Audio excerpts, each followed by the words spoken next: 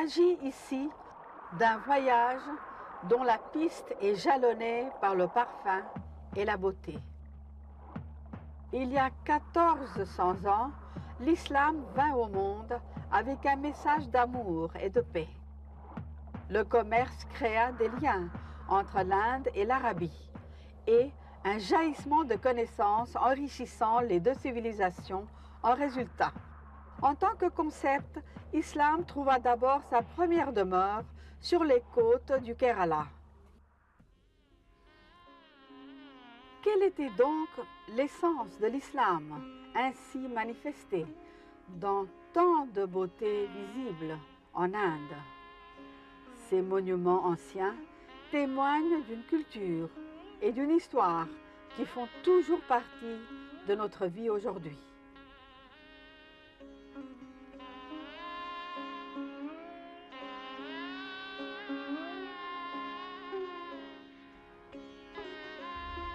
Ayant connu l'expérience des réfugiés et ayant été réhabilités, nous sommes dans cet état où l'on se sent heureux et chanceux, comme celui qui, privé de tout, jouit de l'instant et du lieu, et l'histoire associée à ce lieu, la tombe d'Humayun, est quelque chose dont nous pouvons être fiers.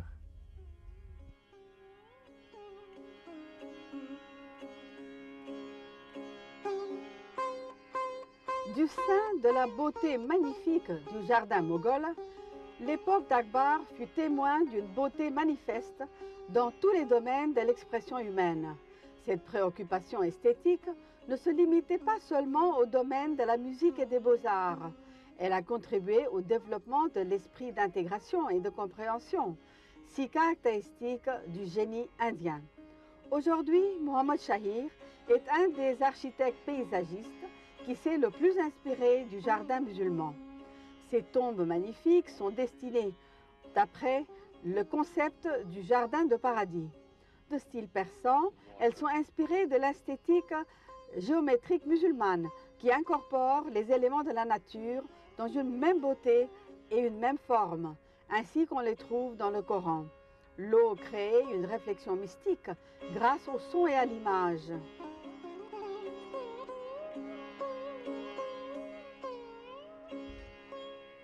Je me demande pourquoi ce monument, le Taj Mahal, construit il y a 300 ans, nous fascine encore.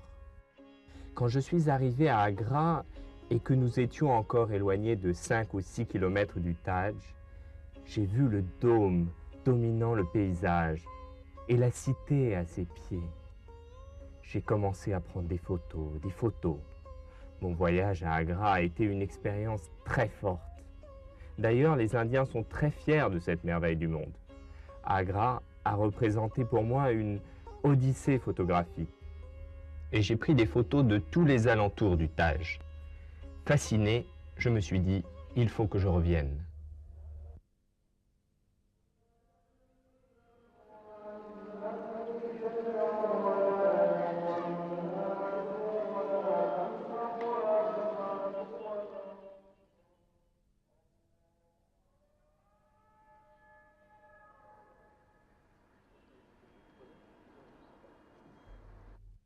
La calligraphie est un art qui fascine l'âme et le cœur des hommes. La calligraphie a débuté avec l'écriture du Coran et ensuite elle est entrée dans le domaine des arts décoratifs. Cet art se manifeste dans les miniatures à travers des pensées spirituelles. L'ambiance qui règne aujourd'hui a le charme de l'ancien monde. Nous sommes ici assis dans le vieux Haveli. Nous nous trouvons dans la vieille Jamma Masjid, construite par Shah Jahan, qui a fait construire également le Taj Mahal. Un autre aspect exceptionnel de Delhi tient à ce qu'elle abrite 22 Khwaja.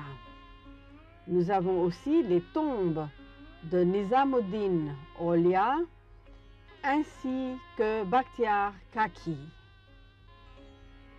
Il fut une époque où Delhi était la cité des soufis. une cité où régnait l'amour, la joie et l'harmonie. Dans l'ordre soufi, il existe de nombreuses sectes. Parmi les principales, on peut citer Naqshbandiya, Qadariyya, Rifiyya. Un des adeptes le plus important se nommait Khwaja Moinuddin Chisti, d'Ajmer.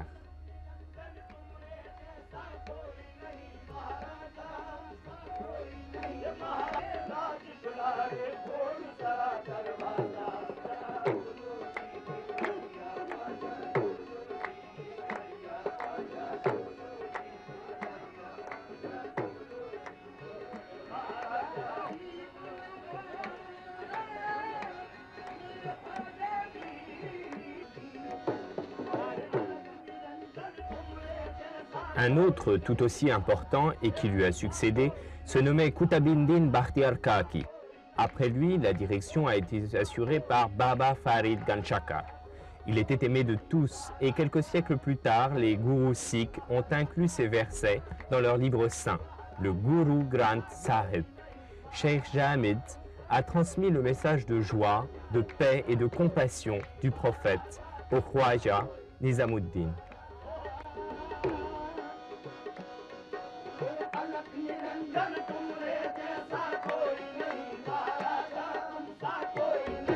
On trouve en islam un récit à la tristesse poignante, lorsque les enfants de Fatima et d'Ali, Hassan et Hussein, les petits-fils du prophète Mohammed lui-même, furent décapités à Karbala. Ce fut un fleuve de larmes et de tristesse qui apparut alors. Ce fut le désespoir à Karbala. Oui, la ville tout entière était en deuil.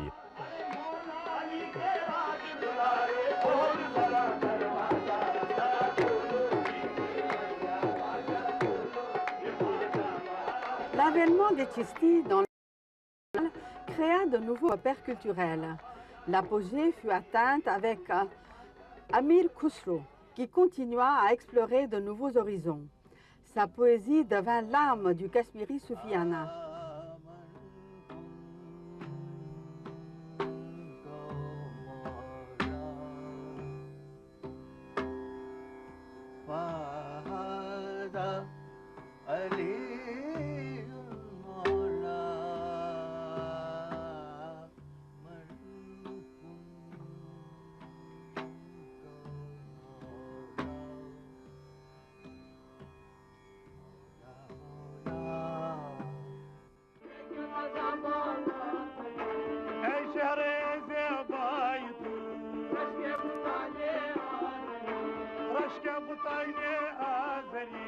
À travers le temps, le Cachemire a été un point de rencontre de diverses civilisations. C'est grâce à Shah Ali Hamdani que l'artisanat persan et l'artisanat originaire d'Asie centrale ont pu constituer l'identité de la vallée du Cachemire. Au point de vue de sa philosophie et de son expression poétique, cet artisanat a connu une forme évoluée de synthèse. Les mouvements soufis et bhakti se sont mutuellement inspirés l'un de l'autre et ont donné naissance à un personnage tel que Sheikh ul Alam Nuruddin ou Nandrishi d'après son surnom populaire. Ces mouvements ont ainsi initié un nouvel âge de lumière.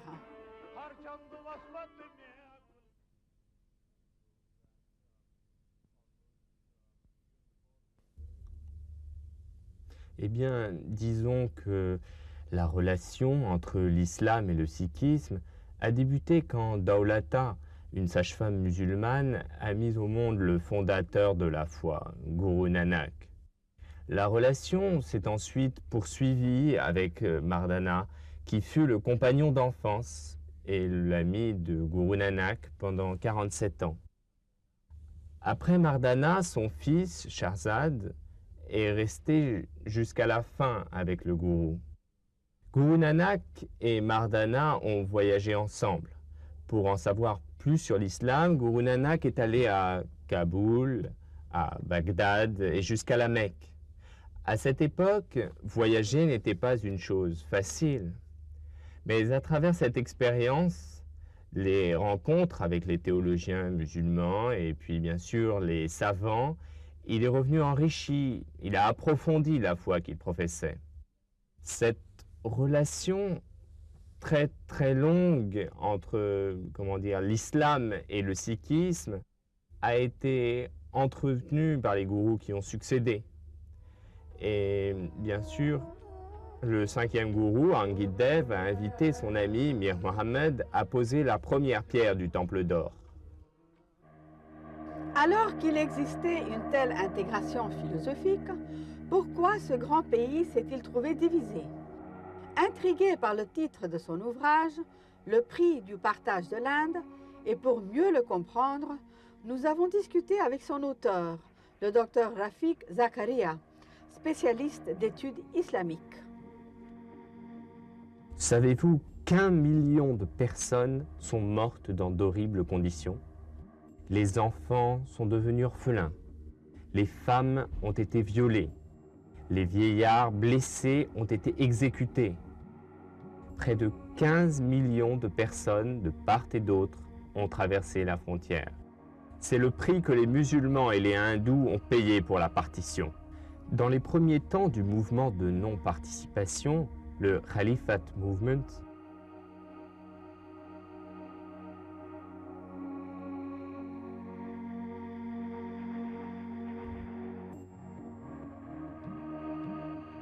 créé par le Mahatma Gandhi et les frères Ali, Maulana Muhammad Ali et Maulana Shaukat Ali, que le gouvernement de Bombay, Lord Clive, a écrit au secrétaire d'État à ce moment du combat pour l'indépendance que ce n'était plus qu'une question de jours avant qu'ils ne dussent faire leurs valises et quitter l'Inde.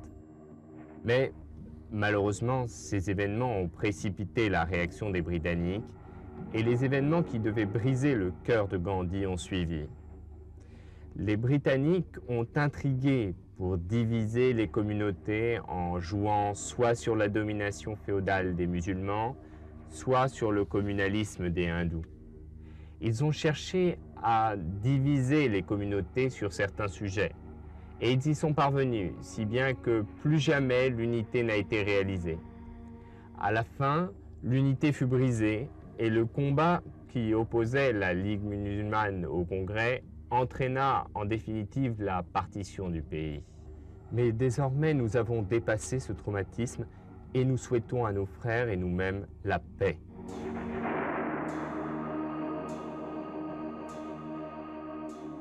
Mais le temps a passé depuis le partage de l'Inde. Ceux qui ont choisi de rester en Inde s'occupent du bien-être de leurs compatriotes grâce à leur engagement social.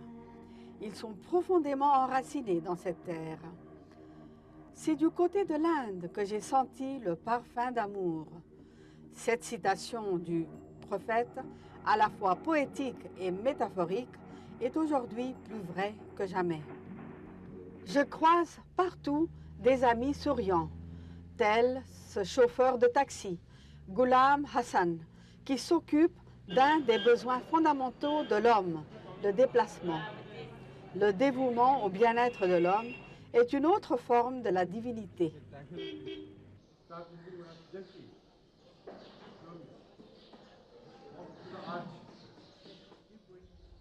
Cette ancienne mosquée Konkani, datant de plus de 2 siècles, est située au bord d'un étang, dans le quartier de Dongri Fort, au centre de Mumbai.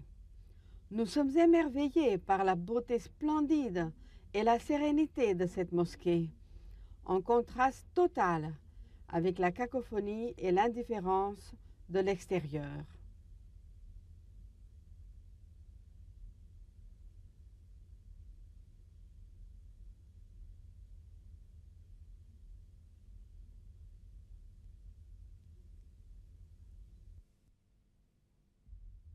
En face de Dieu, le roi et son esclave se tiennent dans la même file.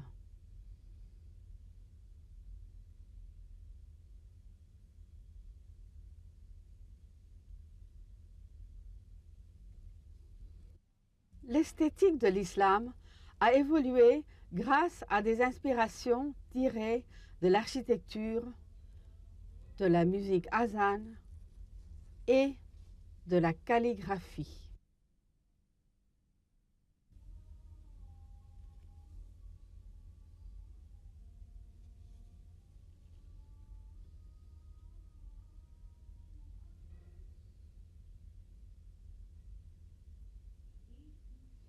En face de Dieu, tous les hommes sont égaux. Il n'y a pas de différence entre les hommes pour lui. Recycler la ferraille est une façon de rendre service à la société. La ville de Mumbai se rouille. La mer fouette le métal. Les forces de la nature frappent contre l'esprit humain afin d'annoncer la fin et de faire croître la foi. Le monde, aujourd'hui, est pris au piège de la marchandise. Que vendre, qu'acheter dans ce jeu de la fortune qui n'en finit pas? La rivière du temps change son cours. Les objets de nos plus chers désirs rejoignent les plus humbles masures, attendant qu'un regard les rende au désir une fois encore et les jette dans les hauts et les bas de la vie. Le croyant l'attend, car il sait que ce qui monte doit redescendre. Haji Ali, avec leur philosophie d'amour et de compassion pour l'humanité et de rejet des hiérarchies sociales, les soufis sont profondément appréciés en Inde. Dans la ville de Mumbai, la présence de Haji Ali irradie une aura d'amour.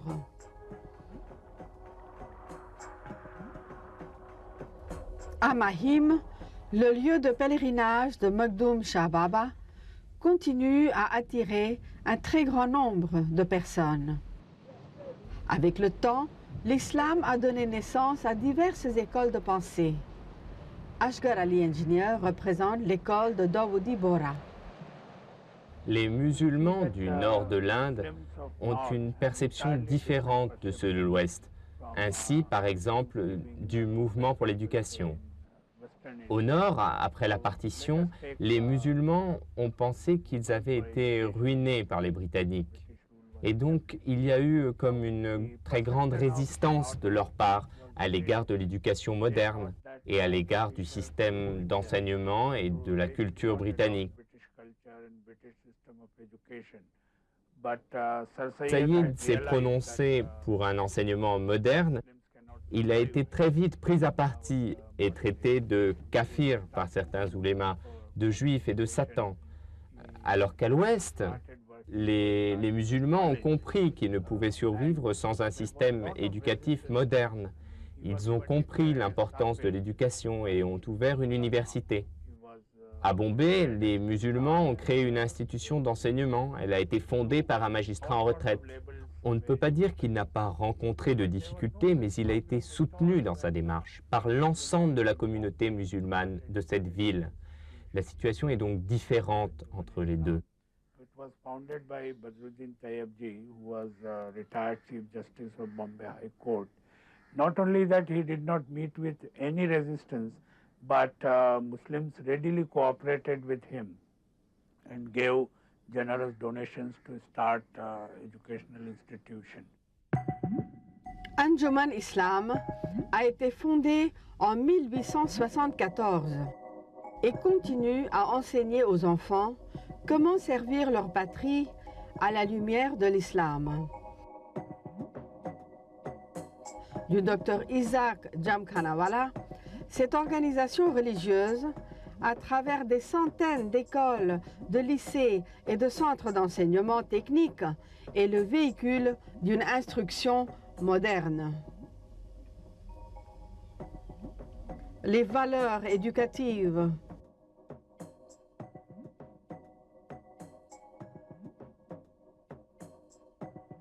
l'intégration nationale, le sécularisme, le patriotisme et l'égalité entre les sexes.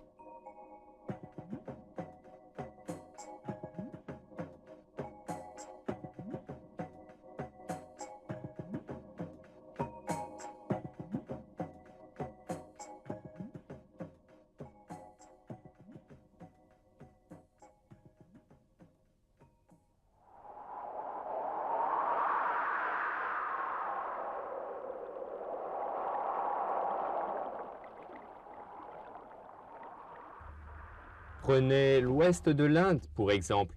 3 communautés mercantiles, les Rojas, les Borras, les Mamons, développant des activités commerciales, ont apporté une contribution importante au secteur de la banque. Elles ont créé en 1948 à Bombay une banque coopérative, la plus grande de ce genre en Inde.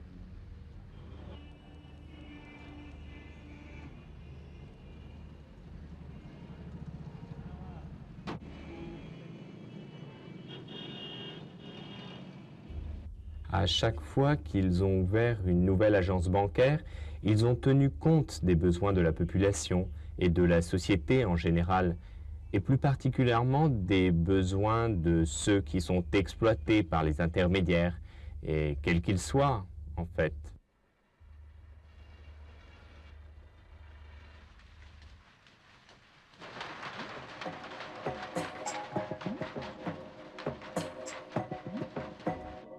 Bhavandi, près de Bombay.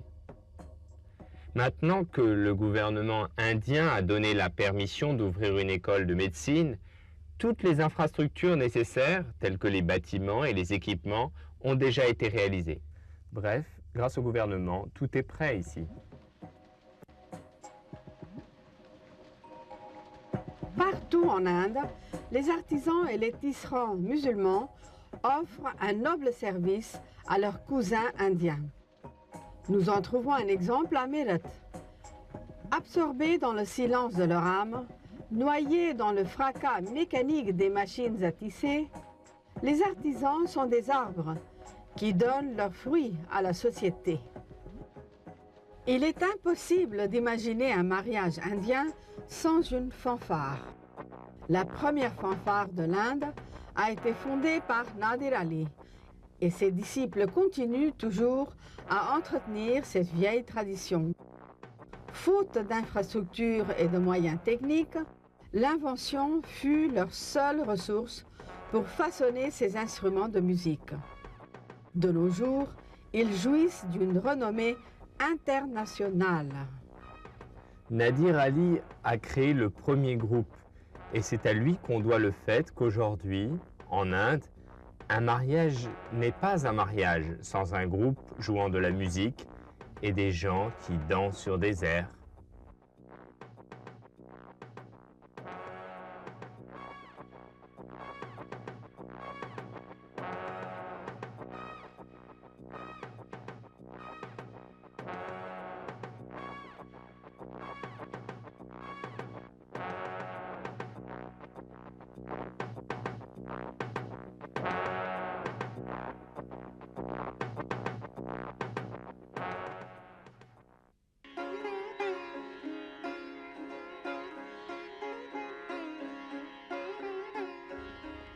En Inde, les musulmans ont joué un rôle de toute première importance dans le développement des sciences et des techniques.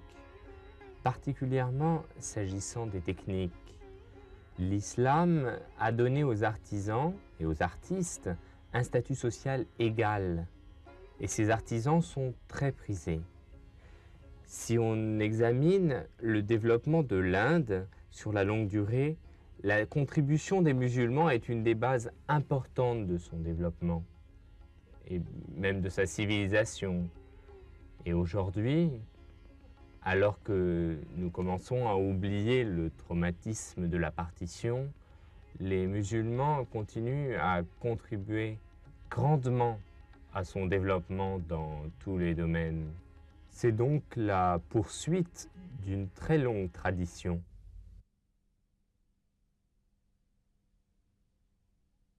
Créer ces monuments magnifiques de cette beauté et ayant subi l'outrage du temps, sans une connaissance approfondie des sciences et de la technologie.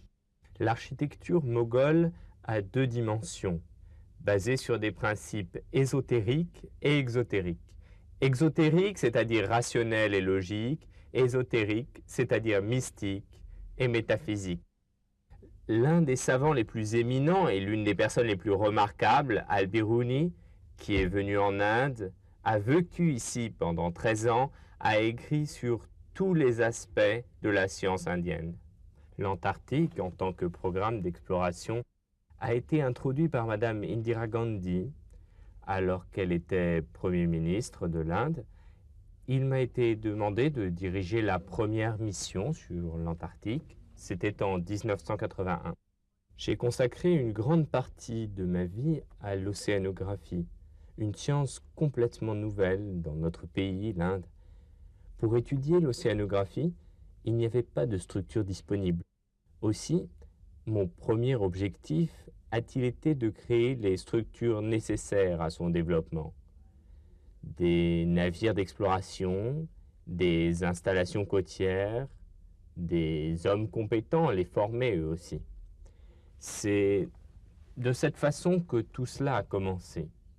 Et finalement, quand on regarde aujourd'hui, en l'espace de 40 ans, nous avons réalisé des infrastructures complètes.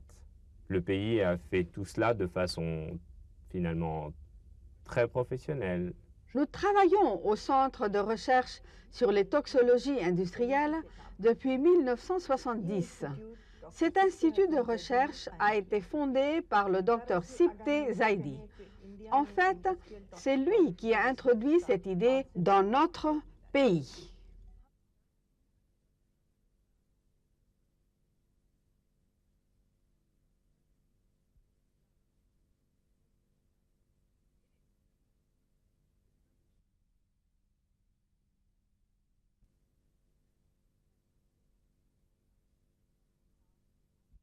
Nous travaillons afin de développer des moyens de prévention, de diagnostic et d'intervention thérapeutique contre les maladies dues aux intoxications industrielles. Si on étudie l'islam, on réalise que la science tire ses idées de l'islam.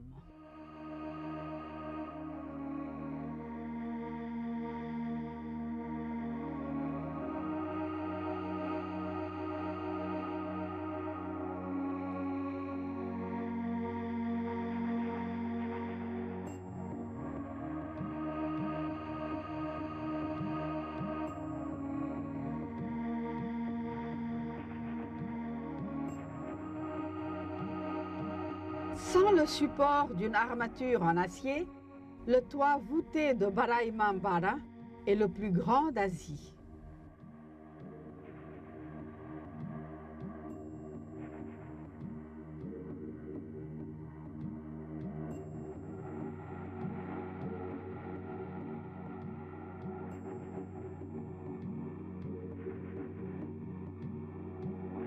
Les rois musulmans ou les nawabs d'Awadh ont créé une synthèse indo-persane subtile dans les domaines de l'architecture, de la poésie et de la musique.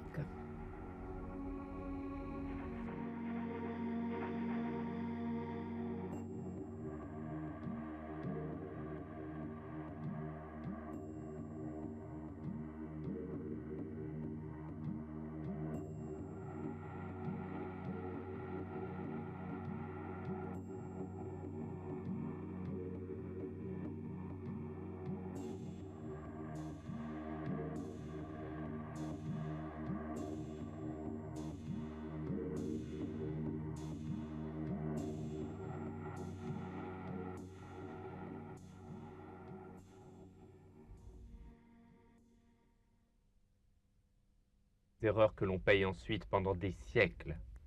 Quand les musulmans et les chrétiens européens se sont fait la guerre au Moyen-Âge, ils étaient alors les pires ennemis. Cela n'a pas empêché les chrétiens de réussir à s'imprégner et à assimiler le savoir et la science des musulmans. D'un autre côté, quand l'East Indian Company a pris en main le pays, les musulmans ont haï non seulement les Anglais, mais aussi leur langue, ce qui était une grave erreur, parce que l'anglais était la langue dans laquelle leur savoir était consigné dans les livres. Le prophète a dit qu'il ne doit pas y avoir d'inimitié à l'égard du savoir au regard de son origine.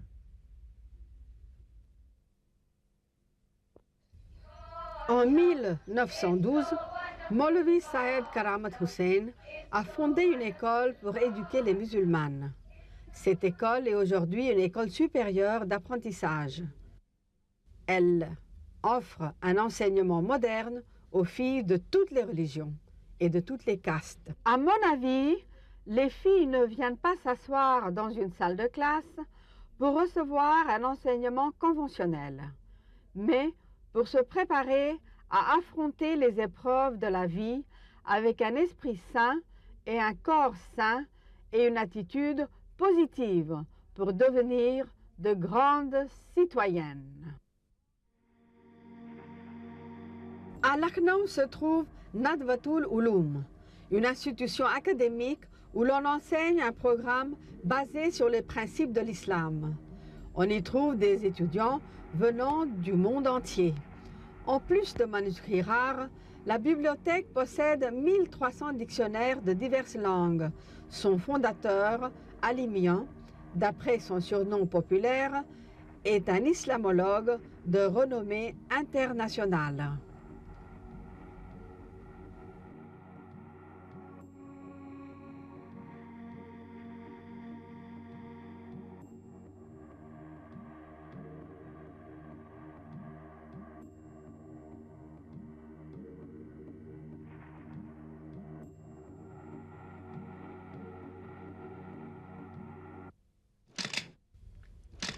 La culture de l'hospitalité d'Awadh a atteint son apogée lors du règne de Wajid Ali Shah. Plusieurs institutions académiques ont été fondées par eux. En plus d'Awadh et de Delhi, ont également encouragé ces traditions. Le lieutenant général Sami Khan appartient à l'une des familles royales de Rampur.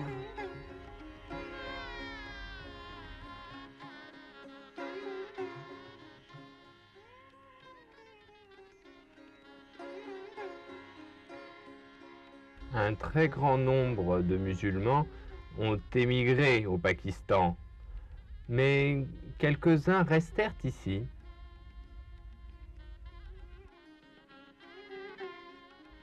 Pouvez-vous me dire quelques mots à propos des microfinancements? Le microfinancement est un concept inventé par la Banque Grameen au Bangladesh. Il est très important, il me semble, de le développer dans les pays du tiers-monde parce qu'il permet aux micro-entreprises de se financer. Au lendemain de la chute de Delhi, la culture Ganga Jamuni d'Awadh s'est beaucoup développée. Un goût recherché a pénétré tous les domaines de la vie sociale, ainsi de la cuisine, avec sa gamme exquise de condiments et d'épices.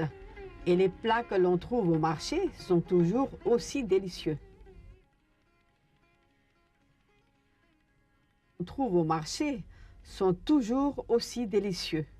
Il n'y a rien de comparable à l'art culinaire de Lucknow. La cuisine de Lucknow contient des parfums et des mets d'une infinie variété.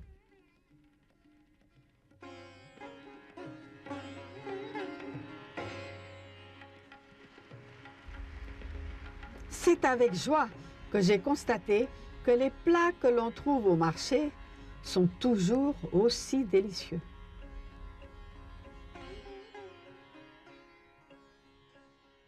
Le sens du message de l'islam, c'est bien la paix.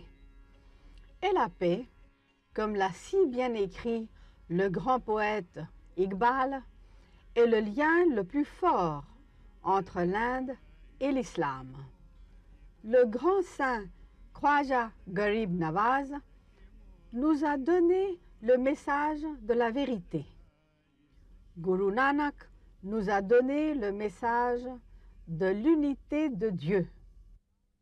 Krishna et Ram nous ont donné le message de la tolérance, tandis que le grand Bouddha nous a donné le message de la non-violence. C'est cette richesse spirituelle qui fait la grandeur de mon pays, une richesse spirituelle authentique.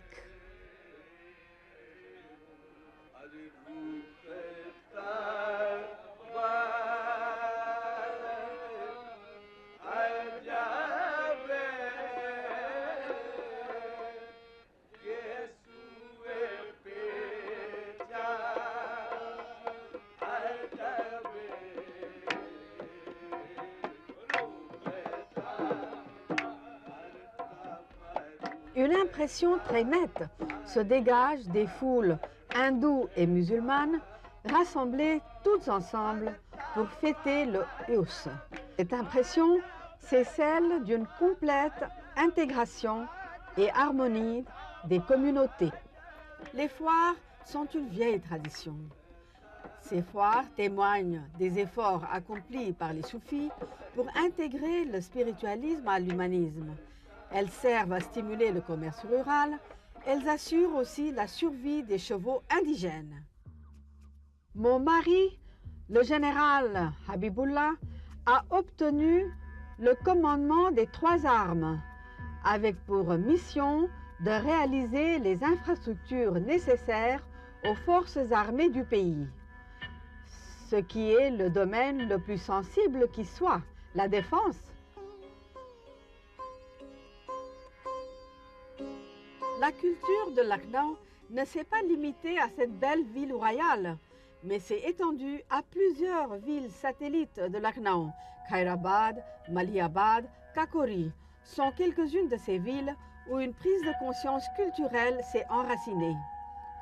Une tradition littéraire et musicale s'est épanouie et a produit des poètes de grande valeur, tels que Malihabadi et Mohani, tandis que d'autres ont joué un rôle important au sein du mouvement nationaliste. On ne peut pas oublier non plus les contributions de Barabanki et de Khairabadi. Dieu, dans son infinie sagesse, montre à l'homme le chemin, encore et encore, où que l'on porte le regard. Comment pouvez-vous nier la grâce et la beauté qui s'offrent à vous quand vous regardez ces montagnes magnifiques et la beauté des fleurs, que vous écoutez le vent et la pluie, le chant des oiseaux et voyez les mouvements des navires sur l'océan? Comment pouvez-vous nier l'existence et l'amour de Dieu? Et quand vous écoutez la beauté et le rythme des saints versets du Coran, les sourates, il n'est pas possible de ne pas en être ému, et tout le monde peut être inspiré.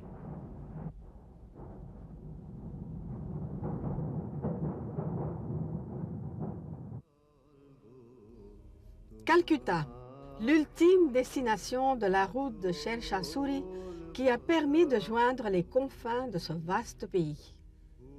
Calcutta, où Satyajit Ray a recréé la vie de Wajet Ali Shah dans son film Le joueur d'échecs. Calcutta, où Raja Ram Mohan Roy a incarné la culture indo-persane. Calcutta, où les chansons de Qazi Nazrul Islam continuent à se répercuter dans les cœurs de millions d'Indiens.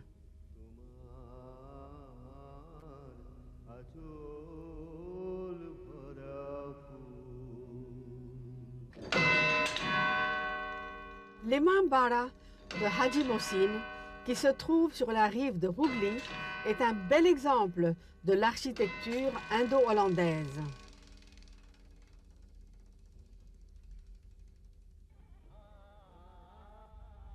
Vous savez, Calcutta, contrairement aux autres villes de l'Inde, a été fondée sur l'absence du sentiment nationaliste. Quand Bahadur Shah Zafar a perdu son trône de Delhi, après sa défaite face aux Britanniques, il fut emmené à Calcutta et une culture musulmane très forte prit naissance ici. Cet événement dramatique fut suivi par un autre, la défaite de l'État musulman d'Awadh et ses élites, aussi bien que tous les serviteurs de sa cour. Au total, 40 000 personnes furent aussi transférées à Calcutta, avec à leur tête Ali Shah. Et c'est ainsi que la culture de Lucknow parvint à Calcutta. Avec Ali Shah, c'est une nouvelle Lucknow qui fut créée à Calcutta. Le poète Charat a écrit le livre Monsieur Lucknow, dans lequel il a fait le portrait très vivant de cette Lucknow de Calcutta. Cette description de la Lucknow de Calcutta a été incluse dans les livres d'école.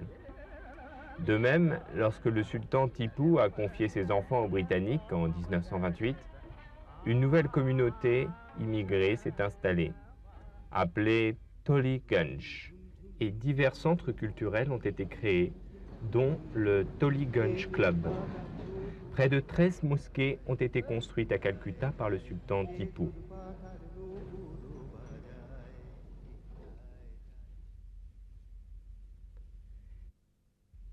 Calcutta s'est affirmée à ce moment-là comme la ville ayant la vie urbaine la plus active. C'était la plus grande ville coloniale et en même temps une des plus cosmopolites du monde. C'est pourquoi j'ai tourné un film sur les musulmans de Calcutta. Ce film s'appelle Le Septième Homme.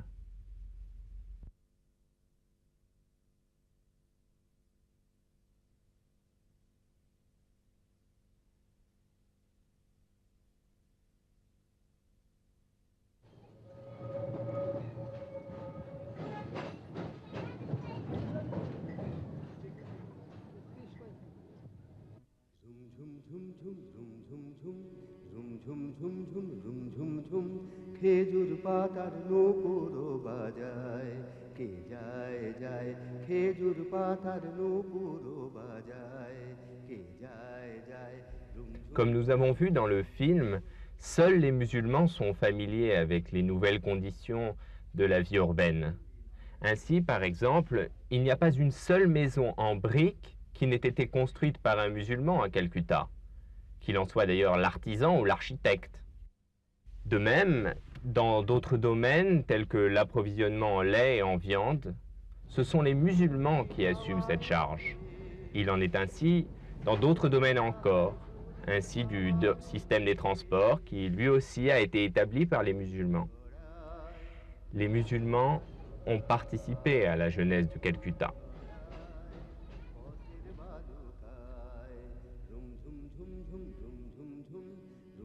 Quand Ghalib, le célèbre poète, est venu à Calcutta, il trouva cette ville si différente des autres qu'il dit dans l'une de ses lettres que s'il avait eu plusieurs vies, il aurait voulu en vivre une à Calcutta et les autres, je ne sais où.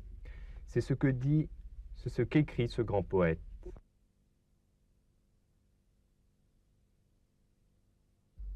L'ourdou est la langue de l'amour. Elle est née de la rencontre entre des cultures différentes et il n'y a pas d'espace dans cette langue pour l'expression de la colère et de la haine. Il n'y a pas d'esprit de lutte au sein de cette langue.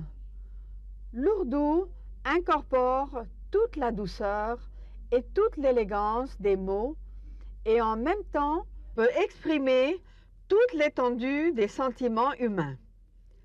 Cette langue n'a pas été confinée dans les livres, elle est devenue une langue populaire, utilisée pour exprimer toute l'exubérance de la joie populaire.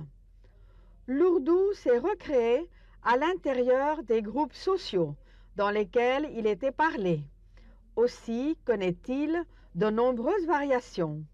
C'est pour moi un grand bonheur d'écrire en ourdou, cette belle langue que nous aimons tous tellement.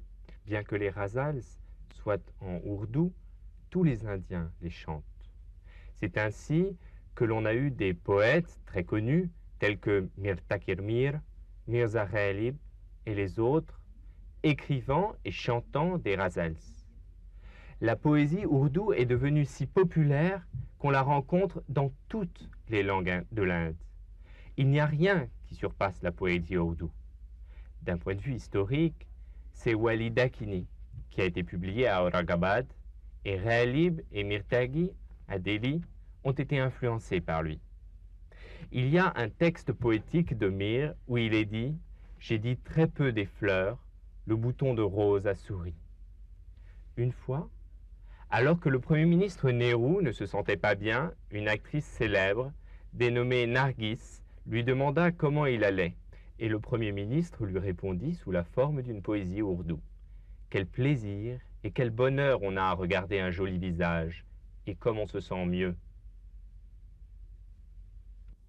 À une certaine époque, pour entrer dans l'industrie cinématographique de Mumbai, Dilip Kumar a dû changer son nom d'origine, Yusuf Khan. Mais aujourd'hui, les choses ont complètement changé. Maintenant, nous avons Shah Rukh Khan, Salman Khan et aussi Amir Khan.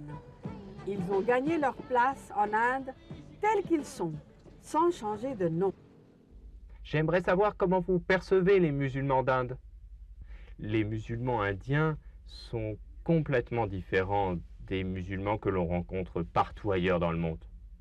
Ils sont tout à fait différents des musulmans d'Arabie, d'Iran, du Maghreb, du Maroc, d'Algérie, car ils ont grandi et vécu dès leur plus jeune âge en complète harmonie avec les autres communautés, notamment la majorité hindoue. Nulle part ailleurs dans le monde, ils n'ont été capables de créer le Taj Mahal, la Jama' Masjid, l'Al-Qila, ou des poètes comme Ghalib, Jash Malia Abadi, Iqbal. Ceci explique pourquoi les musulmans d'Inde sont une catégorie tout à fait différente des autres musulmans du monde. Quelle est l'histoire de l'université Jamia et quelle est en fait son importance aujourd'hui? L'université Jamia a été créée en 1920 pendant la période de la lutte pour l'indépendance. En fait, elle faisait partie intégrante de cette lutte. Elle représentait la composante éducative de ce combat pour la liberté.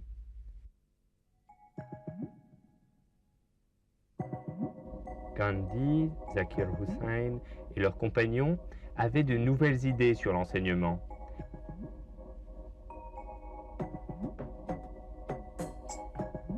Ils voulaient que les étudiants apprennent à travailler de leurs mains. Ceci a été incorporé dans la formation de la Jamia. Les étudiants doivent être un élément crucial dans la transformation qui affecte la société. Ils doivent être comme des médiateurs. Ils doivent devenir sensibles aux changements sociaux qui se produisent autour d'eux et doivent être capables de communiquer avec les autres. C'est très vrai. La rivière Narmada constitue comme une frontière en Inde. Au sud de la rivière Narmada, le mouvement d'éducation pour tous s'est développé. Alors qu'au nord de la rivière Narmada, dans la ceinture hindiphone, les musulmans n'ont pas progressé en ce qui concerne l'éducation. Hamdard a choisi deux aspects très importants de la vie, sur la base du développement, l'éducation et la santé. L'organisation a été créée en 1906 sous le nom d'Hamdard Dawakana. Les profits du laboratoire de médecine unanique sont utilisés à des fins d'éducation. L'université Hamdard a été fondée en 1989 en référence à l'acte fondateur de la société.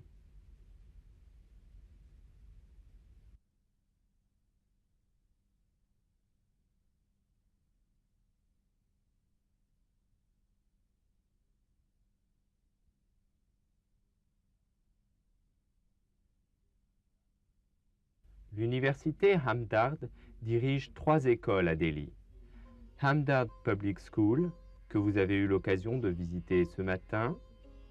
L'autre est la Ravia School, exclusivement pour les filles, laquelle est dans la ville fortifiée de Delhi.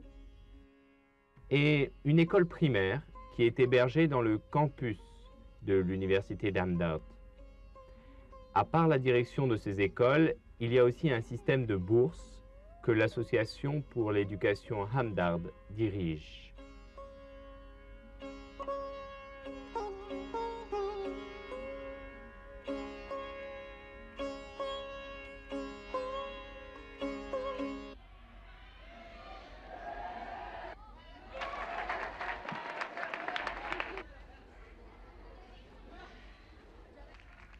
Avant de conclure, je voudrais ajouter que la représentation des musulmans au sein de l'administration n'est pas très impressionnante, ni même suffisante, loin de là. Cependant, nous avons été capables de placer plus de 18 candidats au sein de la haute administration du pays, au sein de l'IAS et des services associés. Ceci a été reconnu par tout le monde. Au Karnataka, l'association Allah Amin fait un travail prodigieux dans le domaine de l'éducation. Ils ont des écoles, des universités, des écoles de médecine et des écoles d'ingénieurs. Ils font vraiment un travail remarquable.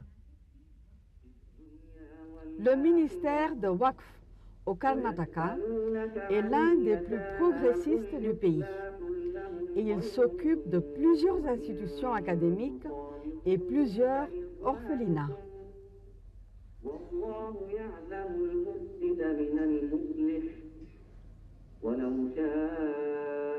Le ministère utilise l'informatique pour enseigner le Coran.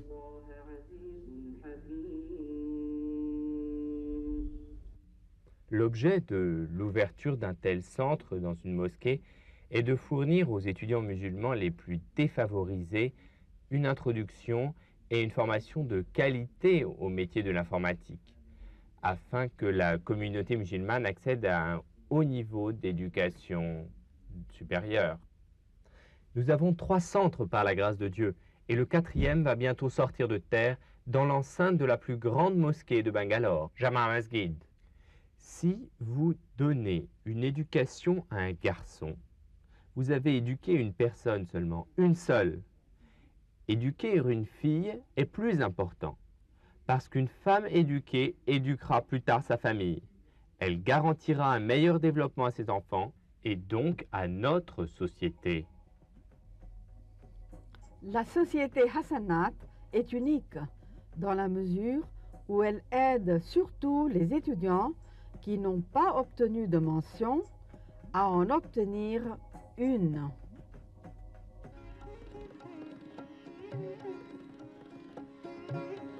Parmi les rois de l'Inde, Tipu Sultan possède une importance toute particulière.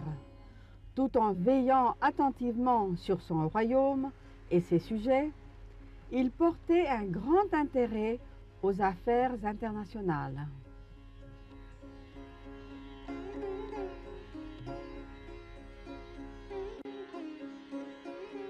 Cette selle de cheval tachée de sang de Tipu nous rappelle son dernier combat pour la liberté. L'âme de Allama Iqbal était tellement remuée qu'il en eut les larmes aux yeux. Citons ce quatrain d'un poème composé par Akhtar Shirani sur Tipu Sultan, l'un des plus grands martyrs de l'Inde. L'amour et la liberté sont les sources de la vie. L'amour occupe mon cœur et la liberté garde ma foi. Je pourrais sacrifier ma vie pour mon amour, mais pour ma liberté, je pourrais même sacrifier mon amour.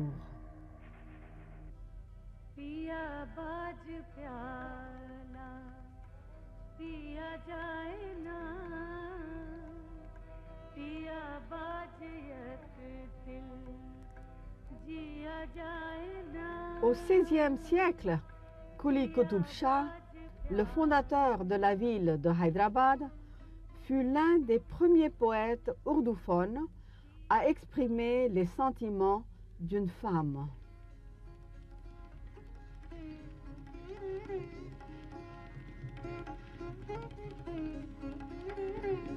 L'Institut Mukafam Jah d'ingénierie offre un large éventail de diplômes d'ingénieurs.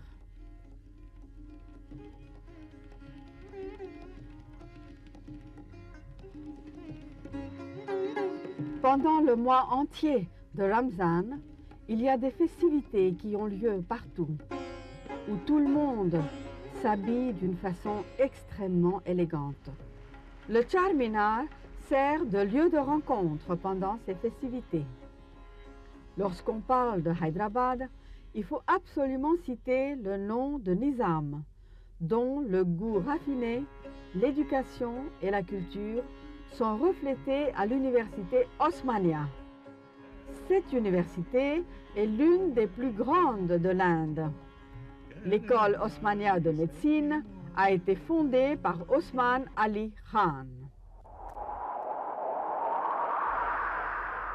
Malik bin Dinar est un disciple du prophète qui, accompagné de 12 adeptes, est arrivé au Kerala avec un message d'amour et de paix.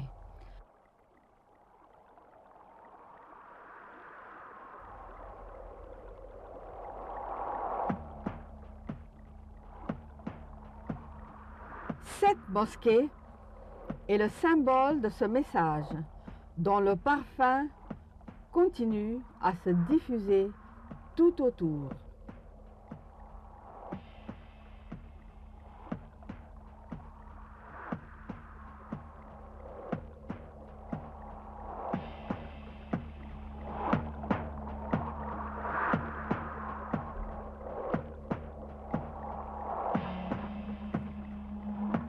L'Association musulmane d'éducation a été fondée en 1964. À l'époque, il n'y avait que 30% de musulmans alphabétisés.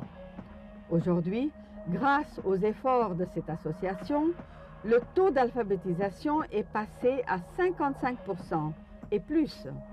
Le docteur Abdullah est le président fondateur de cette association qui dirige plus de 150 institutions académiques au Kerala, grâce à l'effort collectif de personnes de toutes les religions.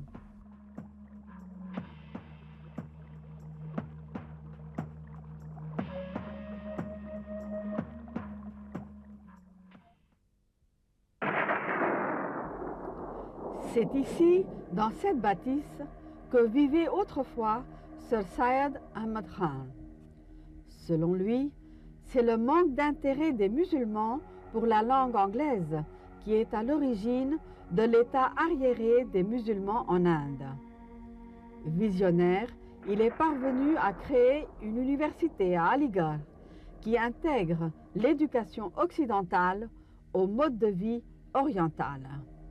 De nos jours, cette petite fleur s'est épanouie en une université internationale dans laquelle on enseigne les disciplines les plus diverses, telles la poésie, la littérature, l'histoire, le cinéma, le sport, la politique, la science et les techniques.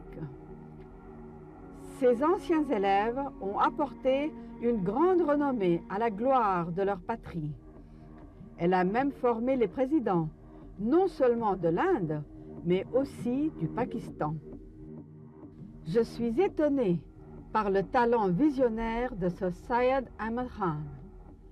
En effet, il a fait à la nation le cadeau qui, pour elle, a le plus de valeur, l'éducation.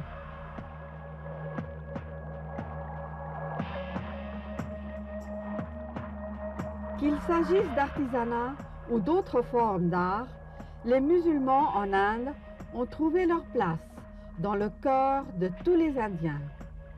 Dans tous les domaines, acteurs de cinéma, poésie, musique, peinture, théâtre, etc., leur dévouement vient de l'âme. Ils possèdent un désir ardent de communiquer, d'aller au-delà des frontières qui divisent les hommes. Possédant une vision, les musulmans en Inde continuent à créer des institutions où la raison scientifique trouve son équilibre par rapport à la quête mystique.